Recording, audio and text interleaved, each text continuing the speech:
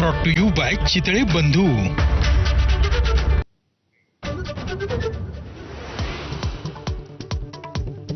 मुंबईसह उपनगरात रात्रभर जोरदार पाऊस. मध्य रेल्वेवरील लोकल वाहतूक 10 ते 15 मिनिटं उशिरानं तर पुढील 24 तास महत्त्वाचे हवामान विभागाचा इशारा. आशिया चषकातील महामुकाबल्यामध्ये टीम इंडियाची बाजी. पाकिस्तानचा 7 विकेट्सनी धुव्वा. प्रभावी गोलंदाजीनंतर भारतीय फलंदाजांचाही पाकिस्तानला दणका.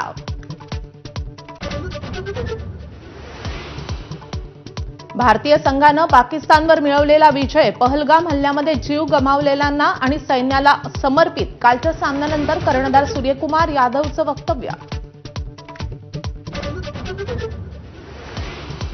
स्थानिक स्वराज्य संस्थांच्या निवडणुकीसाठी शिंदेंच्या शिवसेनेची मोर्चेबांधणी. रात्री उशिरापर्यंत आमदार खासदारांची बैठक. मुंबई ठाणे मनपावर भगवा फडकलाच पाहिजे, शिंदेंचं मार्गदर्शन.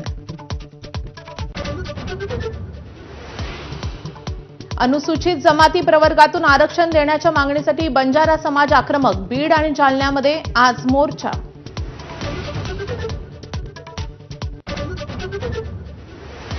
नाशिकमध्ये आज शेतकऱ्यांच्या प्रश्नावर शरद पवारांच्या राष्ट्रवादीचा आक्रोश मोर्चा. पक्षाचे महत्त्वाचे नेते मोर्चामध्ये सहभागी होणार.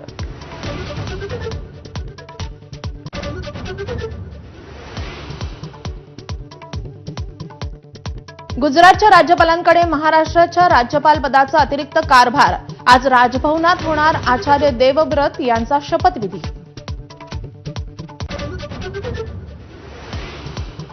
वक्फ दुरुस्ती कायद्याच्या वैधतेवर आज सर्वोच्च न्यायालय अंतरिम आदेश देणार. सरन्यायाधीश गवईंच्या अध्यक्षतेखालील खंडपीठ 3 प्रमुख मुद्द्यांवर निर्णय सुनावणार.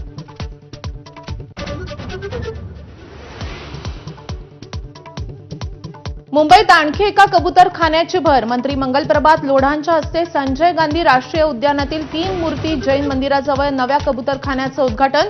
मुंबईतील कबूतरखान्याची संख्या 52 वर.